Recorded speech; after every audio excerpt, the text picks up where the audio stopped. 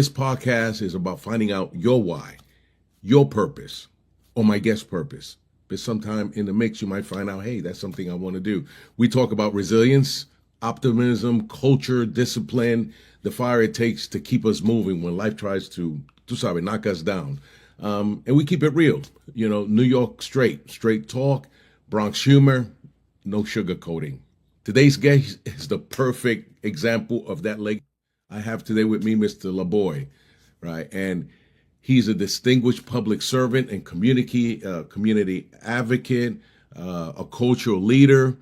He's a founder and executive director of T.A.I.N.O, the Taino American Indigenous National Organization, an organization dedicated to preserving and empowering the heritage of the Arwak Taino people. Mr. Laboy served for over 30 years with the federal government, retired with honors, served in elite assignments with the U.S. Department of Homeland Security, including the Senior Federal Air Marshal. Today, he continues to serve as a special emphasis program manager at CISA, Cyber Infrastructure Security Agency, leading diversity, equity, inclusion, and accessibility across the federal workforce. He's also an innovator, founder and CEO of T.A.I.N.O, a platform designed to empower people to monetize their unique talents, to bridge gap, to build opportunity through entrepreneurship and technology. So on this Hispanic Heritage Month episode, we're talking heritage, leadership, and building systems that lift each other up. So let's welcome my hermano, Denyzio Laboy. Gracias. Take it away. And welcome. Hey, people, we're doing a couple of things here, but hey, we're not even. Can you hear me, Laboy? Yeah, can you hear me? Yes, I can. We're gonna get this started. We're not even gonna go just based on nature and things we can't control here. So, hey, we're gonna start with tell us a little bit about yourself, Laboy, and we'll take it from there. Thank you, Jose. Man, I'm excited to be here with you and the Motivated Mindset family. My name is Denyzio Laboy. I'm the executive director and founder of T.A.I.N.O, which is an acronym I use for the actual tribal name, and it stands for Taino American Indigenous National Organization. Mm-hmm. I spent over 30 years serving this country in the capacity of law enforcement and public service, but my heart has always been connected to my cultural roots. Puerto Rican native, and so along the way, I discovered a calling that was bigger than just my personal journey.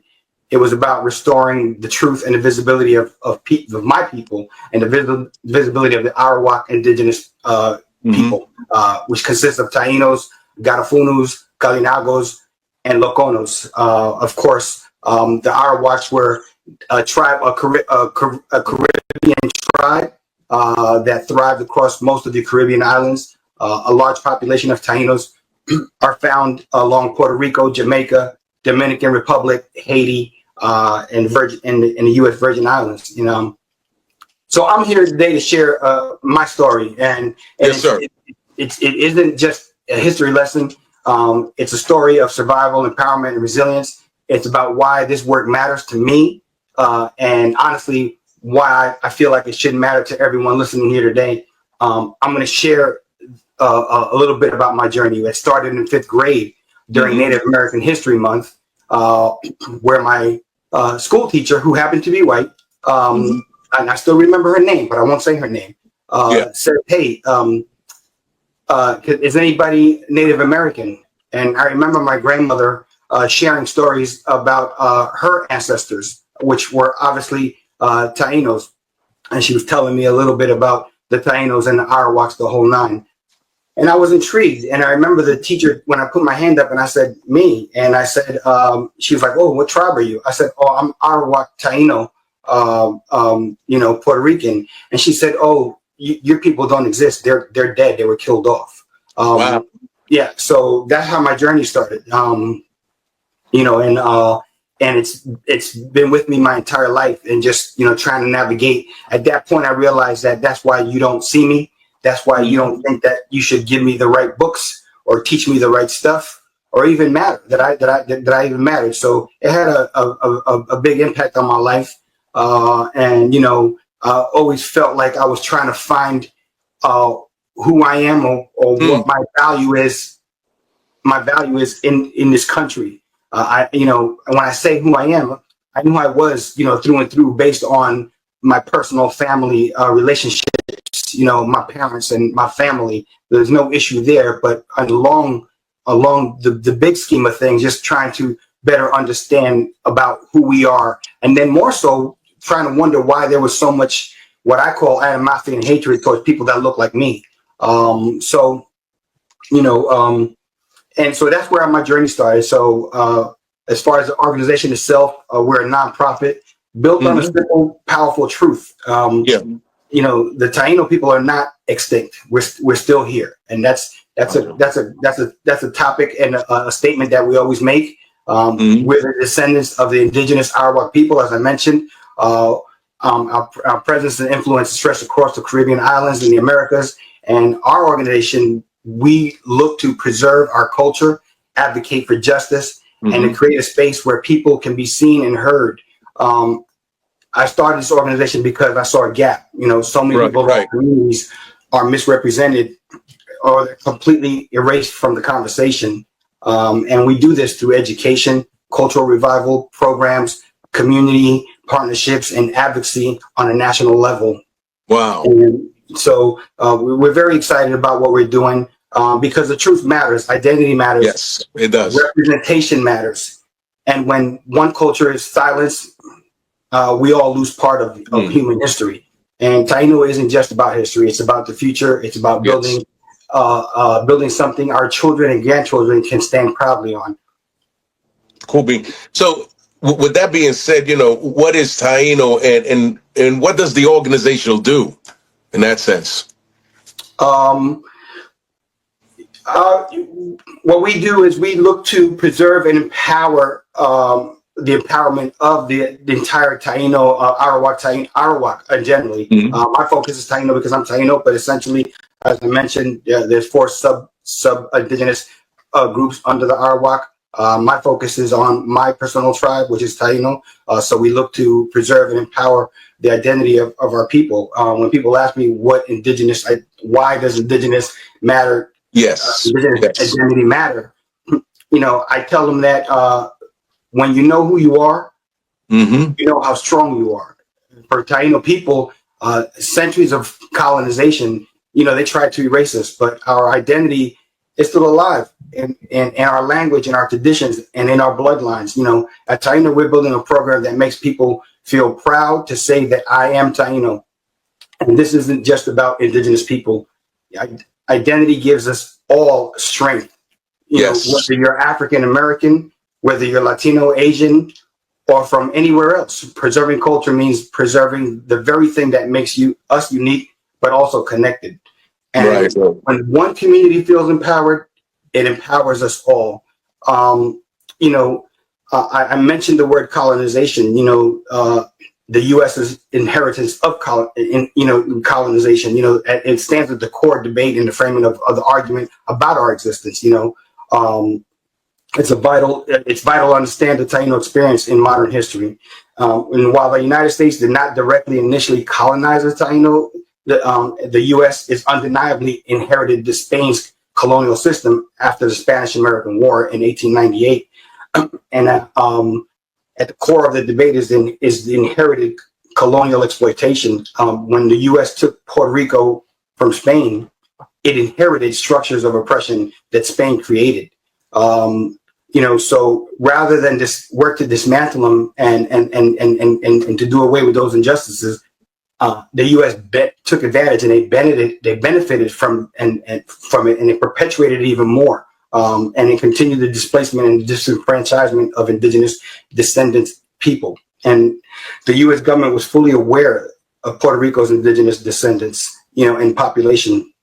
Unlike the treaty posture, where many native nations in the continental U.S. and the U.S. did not recognize Taino descendants. Right. As they didn't recognize it as a sovereign country or a sovereign people. Negotiations of these parties, Puerto Rico was treated as a possession. Spain imposed enforced labor land dispossession and cultural eraser. Like completely trying to erase us. That's why if you kill a language, you kill a people, right? So absolutely. The U.S. extended systematic control through territorial governments and laws, and that's how it all started, Right. I would go into the acts, people probably don't know them, but you can look up the Foraker Act of 1900 and the Jones Act in 1917, which actually talks about the interest, dependency, and ignorance of the indigenous claims. It can get a lot deeper. I know it does. Today, but, you're absolutely correct. No, I got you. Mm-hmm. And I know you covered some of the why Indigenous matters, because it does matter, yeah. And I know you can cover some more of that if you wanted to on that, Well, I also mentioned, unincorporated territory, right? Yes, you did. Yes. So just to give you a better bird's eye view of what that means, an unincorporated territory is a land that's controlled by the United States, but it's not considered part of the U.S. in full constitutional sense. So right. People living there are subject to U.S. laws and authorities, but they don't have the same rights or representation as people in the U.S. states. Congress decides which parts of the Constitution apply to the territory instead of the whole Constitution applying automatically. To put in like basic layman terms, think of it as renting a house you live in. You pay. You're bound by the landlord's rules, but you don't own it or get the full benefits of ownership. Puerto Rico and other unincorporated territories are rented spaces under U.S. control. They belong to the U.S., but they're not fully included as equals. And additionally, there is historical evidence of Taino land in existence through like archaeology, like you talked about. You see, there's been settlements and ceremonial sites across Puerto Rico, Española, Cuba, Jamaica, and there's also Spanish records, and there's chroniclers, right? For example, like Bartolome de las Casas. I may not be pronouncing it completely correctly. Where there's documented records of caciques and governance in the land. And then there's also continuity, which talks about genetics, linguistics, and cultural studies. Living communities and organizations today can be found in many rural communities in Puerto Rico. I just came back from one with my wife and my brothers and our family. We visited the Parque Ceremonial Indígena de Caguana in Utuado, where if you go there, you got to ride through a bunch of mountains to get there, but you'll get a profound, real perspective view of some significant Taino history and information and knowledge. So I would recommend that to anybody. So there's other areas like in Ponce and Puerto Rico also, where they have like the Centro de Ceremonial Indígena.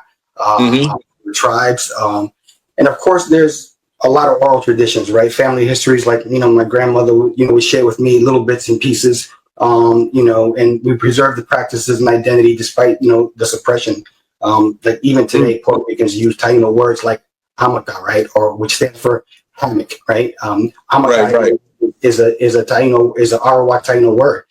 There's also huracan, right, but obviously hurricane, right? Hurricane, right.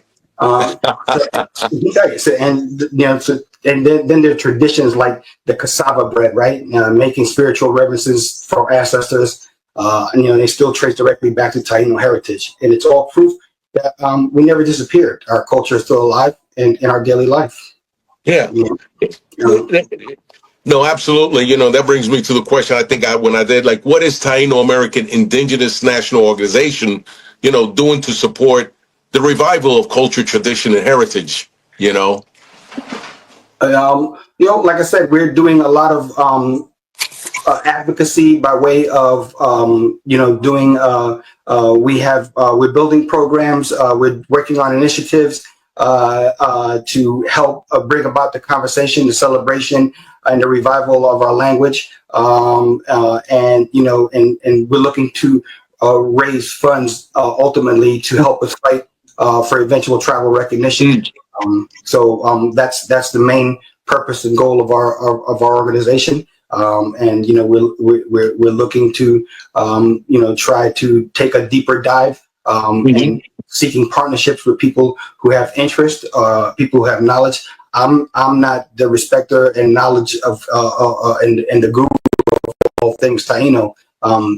Essentially for me, this all started really, mind you, like I said, this happened when I was in 5th grade. It wasn't until 15 years ago where I started seeing stuff on the internet and finding stuff on the internet that talked about the Arwak Tainos and our connection to for us from here in the U.S. or those people who have like Caribbean blood in them in some of the islands that I mentioned and their connection to the Taino bloodline. So it's still fairly new subject, right? Is what I'm saying. People are still learning. I'm still learning. I consider myself a lifetime student. I'm just hoping to try to get more people involved. People who are willing to teach, people who are willing to learn, and people who are willing to support us for the greater good. That absolutely that's just amazing. I know when I started learning about this, I was just amazed how much history I got. And the other thing is what is the future, near or far for Taino? I think, and what are you all doing, working on it to achieve that? And how can everybody watching can assist and help? Well, great question. I appreciate it. We're working to, like I said, revival cultural traditions and heritage.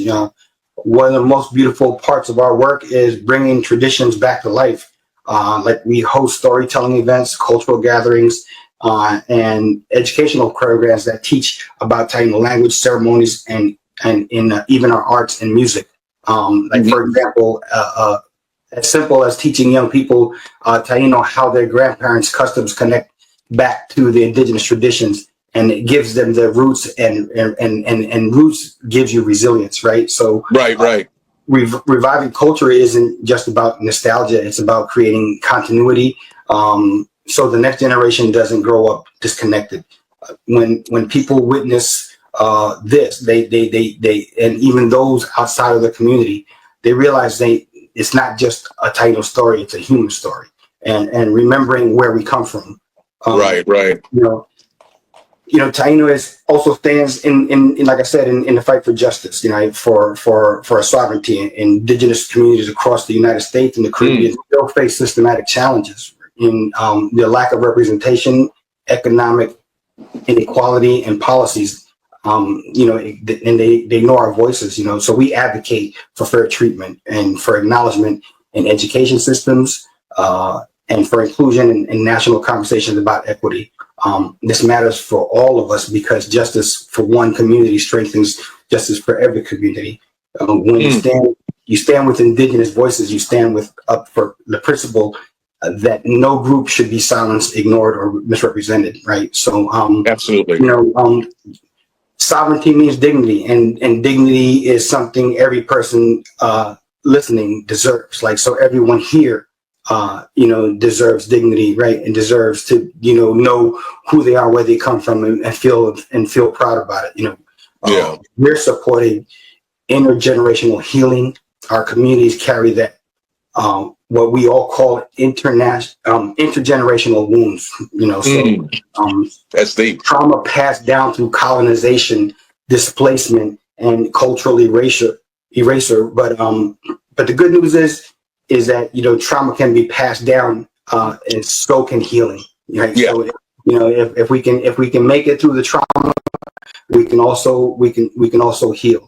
Right. So at our organization, we create a space where elders can share knowledge and stories with youth, with their families, can reconnect with traditions, and where people can have a safe place to heal and to be a part of. And honestly, this is a universal lesson. So healing isn't just for Indigenous people; it's for everyone. We all have things in our families that we carry, but when we sit down, share, and build bridges between generations, we find strength, forgiveness, and the ability to move forward together. We're here to challenge the myth of our existence. Right, right. One of the biggest lies ever told was that Tainos were extinct, like I said, that teacher told me that we were dead. So I knew right then and there that as far as she's concerned, I was just a figment of her imagination. I didn't. But I'm here for an organization that's here, and thousands of Taino descendants are still here. So the myth is obviously inaccurate. Yeah.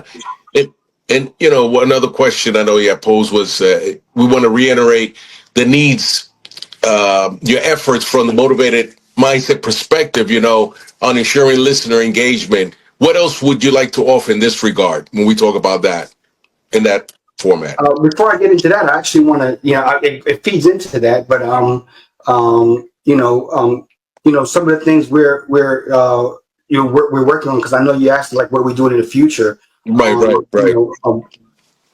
Right now, we're currently working on what I think are two major events. One is a key initiative.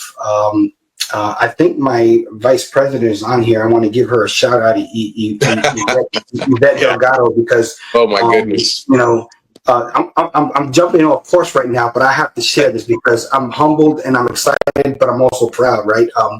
So Yvette was my mentor. Wow. Going into my current career as a special officers program manager.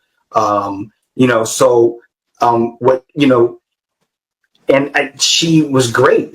She knew her job. She knew how to tell me my job and make sure that I exceeded at it and was great at it. And the entire time that she's doing that, I'm also watching her because I'm thinking about my organization and thinking to myself, wow, she would be great part of my organization. And jumping fast forward, one day we're having a conversation. I said, hey, I'm doing this. Would you take this ride with me? And she said, absolutely. And then, without even batting an eye, and, now she's, like I said, she's probably serving as my vice chair from our organization, and she's doing a great job. And, what I love about it is that, I'm learning from her still. Right. And so, and so we're working well together because none of us have egos. One of the things that I try to stress with our organization is, like I said on this podcast, I don't have all the answers. I don't know everything. Right. I think the smartest, greatest leaders in the world surround themselves with people who are subject matter experts.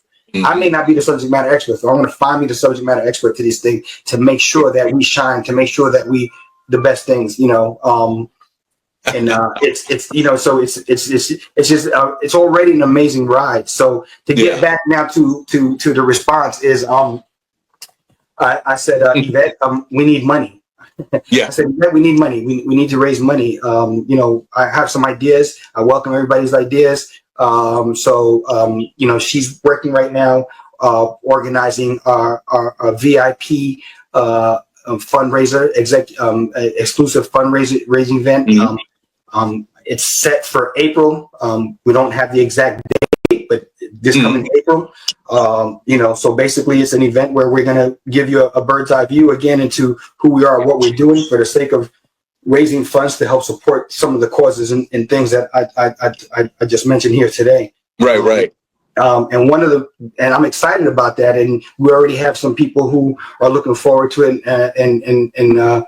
But we still need everyone's help and support. And along those lines, I'm extremely excited to one of the initiatives that I try to play golf. If I may have some of my friends and family here who have played with me, or if I can say this, I suck, right? I suck, but I'm trying, right? But I love the game. The game, and so one day, one of my cousin's golf tournaments, I was on the tee, and I'm getting ready to hit my driver, and and then it's sort of like a light and an epiphany hit me, and I was like, whoa. And I pulled back and stepped off the tee. And my cousin says to me, like, yo, what's going on? I said, man, I just had this crazy, phenomenal idea. I said, this is unbelievable. What is it? I said, these golf courses make billions upon billions of dollars across the U.S. But how often do you hear or know about any of these golf courses paying homage, giving respect, celebrating recognizing the tribes that used to once thrive on these lands, and or more, even more so, give back to these communities that they thrive from. And it hit me. Wow, the Sacred Greens Golf Invitational. So I've been blessed with surrounding myself with some, like I said, great people. And so I said, hey, I want to. One of the initiatives that the T.A.I.N.O organization is doing is called the Sacred Greens Celebrity Golf Invitational. And so like I said, it's all about using golf as a tool to bring in people with like-mindedness to bring more awareness and celebrate tribes, not necessarily just Taino. Eventually, one of the main goals is to take the Sacred Greens to Puerto Rico, to Dominican Republic, to Jamaica, and do the same thing, repeat the same thing, which is, let's start having these golf courses be proud of the fact that they're thriving on our land, and let's call them into action to try to find ways to support the Native American communities that thrived on those lands. And for us, that would be Jamaica, Puerto Rico. There's plenty of beautiful golf courses in those islands. Dominican Republic. I played the Hard Rock every time I go to Dominican Republic with my cousin. Beautiful. Right. So we're I don't know if James is on here, but we're gonna be. So we already have some buy-in from several celebrities, which we're very excited about it. I don't want to put their names out there, but right now it's very early. But we have some high-level professional athletes and major players within the local community, in our government, who are basically, hey, I love it, and this is something that's needed. This is something that we have to do. And I don't know if Keith Colston is on here. I'm hoping he is. I'm sorry. I'm about to put you out there, Keith, if you're listening. But Keith, his name is Keith Colston. Keith is what I call, in my own funny way, the highest ranking cacique or chief in the state of Maryland, because he's the administrative director for the Maryland Commission of Indian Affairs for the state of Maryland, working directly under the great Governor Moore, Wes Moore. Wow. He was very key in helping me or getting me on my path to start this organization, because we were having a conversation and he said to me, what are you doing with your tribe and your efforts? You and I talked about this and that, whatever. I said, I've always wanted to do something by way of a nonprofit that supports. And he was very candid. He said, we both know that the Tainos did not thrive anywhere in Maryland, but just like here in Maryland and throughout the United States, there are people who identify, who maybe even don't know that they're part of the Arwak Taino. So you have to start your organization here in Maryland. We welcome it. You would be the first and only organization that people who identify as Tainos have a place to call home. So and that's why I ultimately I was like, I got to do this, and here we are, man. We set sail, and we're a very small group right now, and but it's not stopping us. We're moving very strategically, and like I said, my thing for me is I'm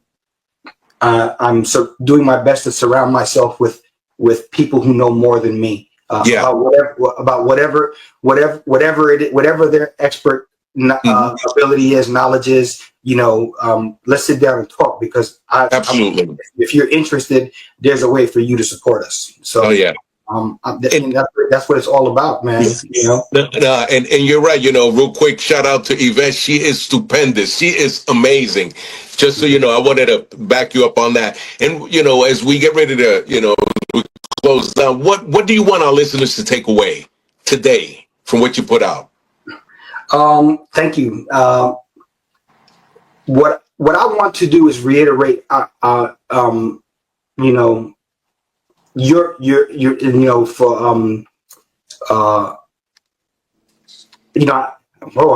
losing my train of thought here. Well, I'll just say this: have you ever felt like you've been erased or overlooked, in imagine an entire people living that reality, right? Visit our website, TAINOnatives.org, Yes. T-A-I-N-O, natives, NAINATIVES.org. And just follow our journey on social media at Taino, A-M-E-R, Taino Amer. I don't spell it out. Yep. Indigenous, the word national, N-A-T-L, or a Taino Amer Indigenous National Organization on Instagram, and on TikTok at Taino Aino, T-A-I-N-O, A-I-N-O. We hope to inspire identity, justice, and resilience. This is the Motivated, Mindset podcast, man. Let's try to remain positive. Let's try to bring continued energy, in especially in today's current climate. My mindset has always been this: like, obstacles are not stop signs. They're opportunities, right? We Taino people face colonization, oppression, and erasure. But we're still here, and that's the mindset I carry into everything I do. If our culture can survive 400 years of being told it's gone, then listening and surviving whatever challenges is in front of you right now, it should be nothing. Resilience is in your DNA. It's not just Taino DNA, but human DNA. Yeah. And you're also looking for volunteers, ain't you? What are you looking for? Yes. We're absolutely looking for. We're looking for volunteers on all levels. College students, if you're out there looking to get some college hours, internships, opportunities, please reach out to us. We're available. We're looking for memberships. Please know that we take our membership seriously. At some point, you're going to be asked to take on or support or volunteer at one of our events. So you get benefits, but there is an expectation of duty as a member. It's not much, but we're serious. At least we think that we're serious about what we're trying to do here.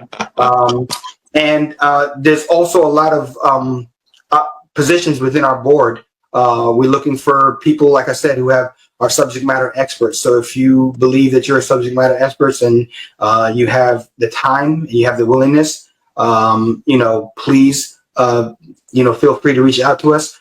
We'd love to have you on board so we can continue building. Yeah, no, it's been, and yeah, definitely. And if you need to get the information, just DM me, send me some information, and I'll send the flyer. We'll be putting the flyer, and of course, donations. How important are donations to the organization? Yeah, I'm sorry, I missed that. I got sidetracked because I saw something. It's okay. Well, I was talking about donations. That's what keeps an organization alive. So I know you talked about it before, but hey, we can support. Yes. If you can support, by all means, every little bit counts. Every little bit counts. We are a legitimate 501c3, so we're able to take charitable donations. You can go to our website, and we have specific dollar amounts that you can contribute to. Every little bit helps. So feel free to donate if you can. Before I forget, I'm noticing in the chat, Migdalia. Good. She wrote Taino's the first people, and let me explain what that means, right? Because a lot of people don't understand that. A lot of people don't understand that. When the colonizers, and I don't like to try I try my best not to say that one person's name, but we all know who we're talking about. Who called himself the founder of America. When he and his colonizers came over to the island of Borinquen, they came across our native people, the Tainos, and we're called the first people because we were the first indigenous group of people that he supposedly came across and attempted to slaughter. So it's a phrase that it doesn't come from a good place. But it means a lot to know that we're still here, right? So we were the first people we're the first people that he came across, and we weren't the only natives that he tried to kill off, but we were the first ones. No, absolutely. Now, Mr. Laboy, we're just glad that you were able to hear.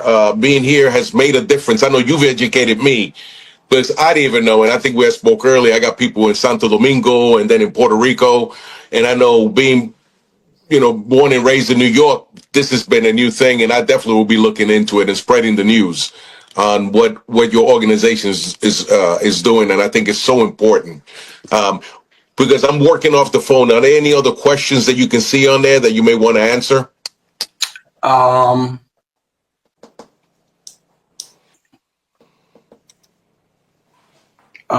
don't. Nope. I don't see. All right. I don't see any here. Try you. So no questions. But Okay. if there's time, I can take one or two questions. Yeah. Omar, thanks for joining. Everybody, thanks for joining here. I appreciate you guys taking the interest. Supporting me, supporting Jose. This is an amazing platform you have, and I appreciate you. And I look forward to coming. I can't control Mother Nature when they hit the, and that's exactly what happened. We got hit, and then just power surges. So, but that's okay. We made it work, and I wanted to make sure that you put out what you needed to put out, and that your voice is heard. Our voices are as Latinos, because I think that's so important. Finding our roots. And if there's anything else you want to put out, and just I just want to say thank you for the audience and putting up with. What happened. Oh, no, man. I want to thank my grandmother, right? Posthumously, Okay. right? Because without that information, without that knowledge, this would have never been my journey. Yeah, absolutely. But that's all we got. And like I said, in the future, when you write your book and I see you on the Hollywood Star getting that award, brother, I will be reaching out to you, man. And I'll just say this for everybody who's listening, and my wife will tell you too. I'm not one of those people who forgets, right? So if I knew you now, I'll know you at that time that you're talking about. Absolutely. Cool beans. All right, my man. Thank you.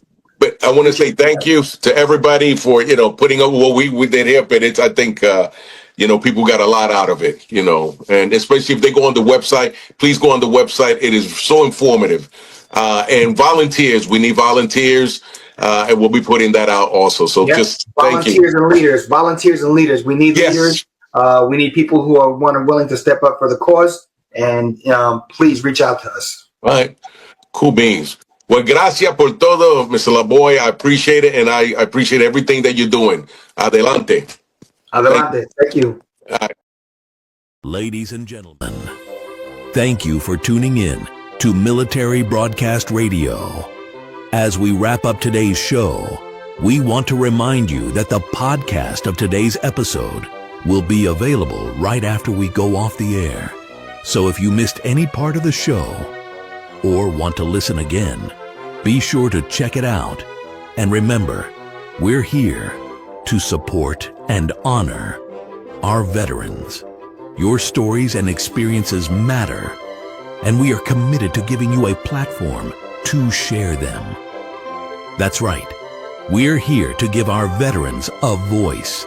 So don't forget to catch the podcast and stay connected with us. Giving our veterans a voice.